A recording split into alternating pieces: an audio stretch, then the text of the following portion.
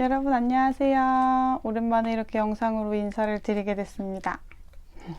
드디어 저번 주에 1차 시험이 끝이 났죠. 그래서 일단 이 영상 보시는 분들한테 혹시 1차 시험 보신 분들 있다라고 하면 너무 수고했다라는 말씀을 드리고 싶어요. 그래서 이게 저도 경험해봤지만 1차 시험도 되게 생각보다 스트레스가 되게 심하잖아요. 그래서 그거 준비하시느라 다들 마음고생이 좀 심하셨을 텐데 일단 수고했다는 말씀을 드리고 싶고, 이게 1차 시험 끝나고 나서 저도 이제 유튜브를 하다 보니까 제 유튜브나 아니면 인스타 계정 아시는 분들이 저한테 이렇게 연락 오셔서 시험 잘 봤다, 되게 고맙다라고 말씀해 주신 분들이 계셨어요. 그래서 그 메시지 받으면 저도 뭔가 너무 기분이 좋고 되게 보람차더라고요. 그래서 앞으로 이제 2차 과목들도 준비하시는 분들한테 좀 도움될 수 있는 내용들을 잘 전달해 보자라는 생각을 했고, 이게 1차 끝났다고 끝이 아니고 2차까지 붙어야지 최종으로 붙는 시험이기 때문에 1차 끝나도 지금 많이 쉬지도 못하시고 아마 2차 공부 다들 하실 거예요. 그래서 조금만 더 힘내셔가지고 2차까지 꼭 잘 마무리 하셨으면 좋겠고,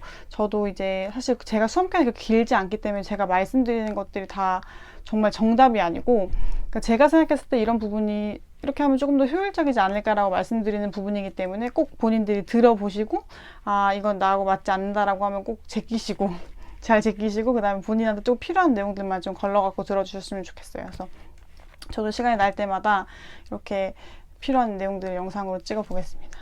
근데 사실 저도 이게 유튜브만 하는 게 아니고 제가 제 본업이 있다 보니까 맨날 이제 영상 찍어야지 하는데 집에 오면 또 너무 피곤해서 금방 자고 막 이러다 보니까 영상을 요즘에 좀 자주 못 올린 것 같은데, 제가 꼭 시간 날 때마다 필요한 내용들을 찍어가지고 한번 올려보도록 하겠습니다. 오늘은 처음으로 조금 말씀드릴 게, 시험 끝나고 나서 이제 공부 루틴을 좀 어떻게 가져갔냐라고 물어보시는 분들이 많아서 그 부분에 대한 이야기를 조금 해보려고 해요. 사실 저 같은 경우에는 이전 영상에서도 많이 말씀드렸지만 원래 직장 병행하면서 1, 2차 공부를 좀 같이 하다가 이 1차 한 달 전부터는 1차만 했고, 그 다음에 1차 끝나고 나서 한 3개월 정도는 전업으로, 회사 출근 안 하고 전업으로 공부를 한 케이스예요. 이 1차 끝나고 나서 이제 2차를 전업으로 준비할 때의 수준은 정말 중하? 거의 답안을 잘 못 쓰는 정도의 수준이었다라고 보시면 될 것 같아요. 그래서 그 배운 것들이 머릿속에 들어는 가 있는데 뭔가 정리가 안 되고, 이거를 논술형 시험이잖아요. 그러니까 써야 되는데 쓸 수 있을 정도의 경지는 아니었다라고 생각을 해주시면 될 것 같고, 그래서 일단 제가 6월에 처음으로 생각한 거는 일단 기본 내용을 다 정리를 좀 해야겠다. 이걸 암기를 하더라도 정리된 상태에서 암기를 해야 되는데 지금 지식들이 막 다 머릿속에 산발돼 있으니까 이거를 일단 하나로 합치는 과정을 먼저 거쳐야겠다라고 생각을 했고, 그게 6월이었어요. 그래서 지금 혹시라도 2차 공부가 조금 많이 안 되어 있으신 분들 같은 경우에는 이 6월 한 달, 즉 3기 개강하기 전까지는 무조건 내가 이 내용은 머릿속으로 하나로 정리하고 가겠다라고 생각을 하셔야 돼요. 왜냐하면 사실 3기 가면 막 모의고사 보고 답안 한번 체크해보고 이런 식으로 수업이 흘러가기 때문에 이 기본 내용을 정리할 수 있는 시간이 많지가 않아요. 거의 없다고 보시면 돼요. 그래서 이 6월 한 달이 거의 이렇게 기본 내용을 정리할 수 있는 마지막 시기다라고 생각을 하고, 본인이 조금 부족한 부분들 같은 경우에는 기본 내용을 충실하게 정리해서 암기하는데 조금 시간을 쓰시면 좋을 것 같아요. 제가 공부했던 방식을 일단 먼저 말씀을 드리면, 제가 먼저 인사랑 선택 과목 경조에 대한 걸 먼저 말씀을 한번 드려볼게요. 저는 나중에 이제 강사 선택이나 이런 부분에 대해서도 말씀을 한번 드리겠지만, 같은 강사님 걸 들었어요. 그래서 김유미 강사님 걸 들었는데, 거기 공부하시다 보면 김유미 강사님 기본서가 있고, 그 다음에 정리된 되게 단권화된 목차 키워드 노트라고 해서 단권화된 책이 있어요. 그래서 이 기본서를 읽으면서 이해한 내용을 이 목차 키워드 노트에 단권화하면서 내용을 전체적으로 정리하는 방식으로 공부를 했는데, 그 두꺼운 기본서를 독서대에 이제 펼쳐놓고 원하는 제가 공부하겠다라고 하는 범위를 정해놔요. 그래서 그걸 읽으면서 쭉 일단 읽으면서 내용 이해 가는 부분, 이해 안 가는 부분 잘 체크를 해놓고, 그 다음에 그거를 책상에 펴놓은 이 목차 키워드 노트에다가 옮겨 적으면서 필요한 내용들을 밑줄 그으면서 정리하는 식으로 전체 내용을 다 회독하면서 공부를 했었어요. 그래서 예를 들면 뭐 조직 수준에 보면은 예를 들어 볼게요.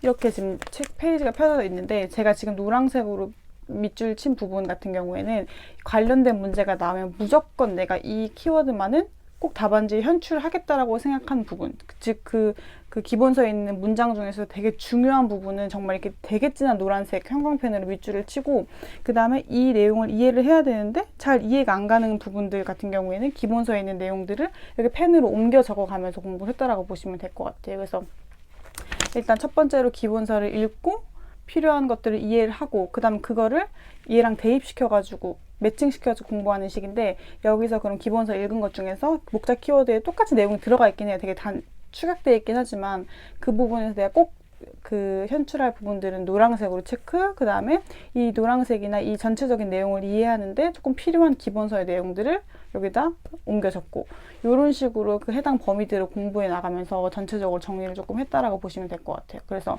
사실 기본서가 나중에 정말 다시 한번 필요할 때는 펼쳐보겠지만, 나중에는 정말 이 목차 키워드에 내가 이해하는데 필요한 모든 내용들이 조금 들어갈 수 있게끔 정리하시면서 공부를 하시면 좋을 것 같아요. 그래서 기본서를 나중에 가져가야 되냐, 목차 키워드를 마지막까지 가져가야 되냐 고민을 많이 하시는데, 이건 정말 사람의 성향마다 다른데 저는 차라리 빨리 여러 번 읽는 게 도움이 조금 많이 된다라고 생각을 해서 그 기본서에 있는 내용들을 잘 옮겨 적어 놓고, 그 다음에 요거 가지고 최종 마지막까지 공부를 조금 했다라고 보시면 될 것 같아요. 그래서 인사랑 경조는 마찬가지 이런 식으로 공부를 했어요. 제가 제일 추천드리는 거는, 모든 분들이 다 정말 잘 하고 계시겠지만 이렇게 공부해야 되는 것들을 잘 구분을 해놓는 게 되게 중요해요. 예를 들면 제가 선택 과목을 선택했던 이 경영조직 같은 경우에는 개인 수준, 집단 수준, 조직 수준이 있어요. 그럼 개인 수준에서 공부해야 되는 카테고리가 몇 개가 있는지, 그 다음 집단 수준에서 공부해야 되는 카테고리가 몇 개가 있는지, 그 다음에 조직 수준에서 공부해야 되는 카테고리가 몇 개가 있는지, 이런 식으로 정리를 해 놓으신 다음에 항상 공부 계획을 짜실 때는 내가 오늘 개인 수준의 다양성, 지각, 성격 요 세 개를 내가 다 무조건 다 보고 암기하고 정리하겠다. 그 다음에 이렇게 세 개, 이런 식으로 해서 본인의 공부 스케줄에 맞게끔 이 공부해야 되는 범위 나눠 놓은 것들을 조금 정리해 가시면서 정복해 간다고 생각하시면 될 것 같아요. 여기서부터 여기까지 내가 쭉 정복한다는 생각으로 그렇게 조금 스케줄링을 하시면 좋을 것 같아요. 이건 조금 번외로, 그럼 하루에 몇 과목씩 공부하는 게 제일 좋냐라고 조금 물어보시는데, 사실 이 6월 한 달의 기본 내용을 전체 정리하는 시기에는 제가 생각해 적정한 하루 2과목 정도씩, 왜냐면 한 과목씩 공부하면 다시 이 과목을 공부하는데 텀이 4일이나 걸리잖아요. 그래서 요건 조금 비효율적인 것 같고, 그렇다고 4개를 한꺼번에 돌리자니 생각보다 한 과목 정리하는 되게 시간이 오래 걸려요. 그래서 요 4과목을 한 번에 돌리는 거 조금 무리가 있으니 2과목씩 나눠가지고, 이런 행정노동법, 그 다음에 뭐 인사 선택 과목 이렇게 돌리시든, 아니면 노동법이랑 인사를 시험을 같이 보니까 그거 2개, 행정이랑 선택 과목 2개 이런 식으로 나눠가지고 돌리시든, 요건 스케줄을 조금 짜가지고 2과목씩 이렇게 돌아가면서 공부하시는 게 조금 좋지 않을까 싶습니다.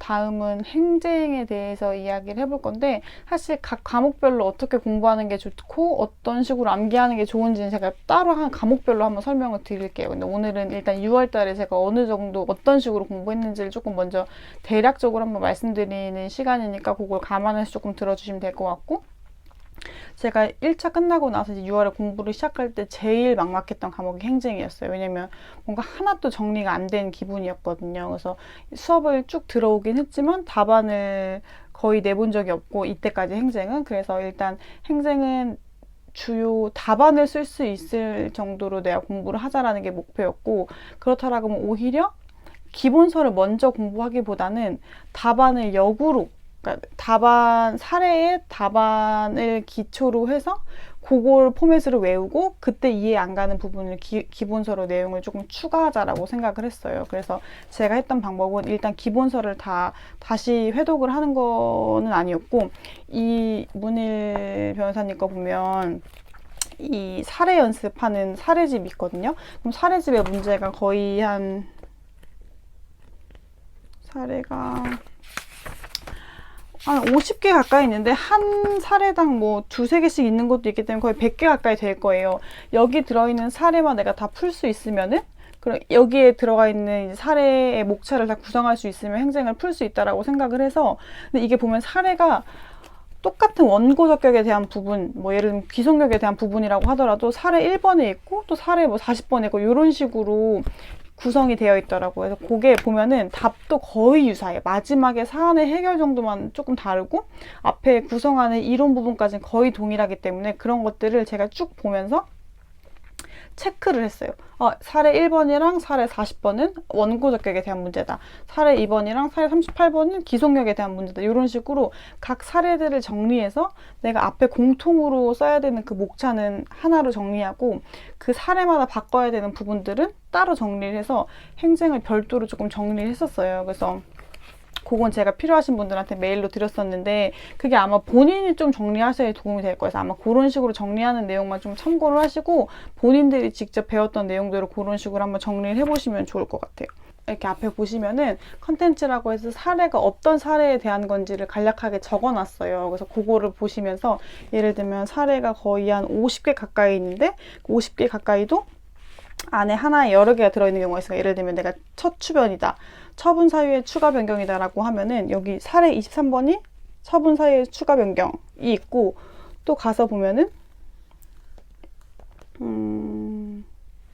사례 43번 첫 번째가 처분 사유의 추가 변경 이런 식으로 해서 각 사례별로 처분 사유의 추가 변경이라는 거 일단 노란색으로 치는 거예요. 내가 오늘은 처분 사유의 첫 추변을 다 모든 사례를 공부하겠다라고 해서 첫 추변에 대한 것들을 정리해서 오히려 그 답의 형식을 보면서 이 첫 추변에 문제가 나왔을 때 요 내용 써야 되고 요 내용 써야 되고 요 내용 써야 되는 걸 역으로 공부해서 혹시 이해 안 가는 부분은 기본서에서 가지고 와서 공부를 했어요. 그리고 답안을 보면은 대표적으로 항상 그 첫 추변에 나왔을 때 써야 되는 판례들이 있거든요. 그런 판례들에 대한 것들을 이 목차 키워드에 들어있는 답안으로 외우고 추가로 좀 필요한 것들은 기본서를 찾아가지고 제가 애드업 하는 식으로 공부를 했다라고 보시면 될 것 같아요. 그래서 제가 유튜브를 통해서도 전달드렸던 그 행쟁 자료는 이 컨텐츠에서 같은 항목끼리 밑줄 쳐가지고 일단 하나로 모아서 목차 구성하고 사안의 해결만 바꾸고 이런 식으로 다 그 타이핑을 하고 정리를 했던 거였거든요. 그래서 이렇게 하니까 쟁점이 어떤 것들이 있구나. 그 쟁점이 나왔을 때는 어떤 식으로 답을 써야겠구나라는 게 이렇게 머릿속에 들어오더라고요.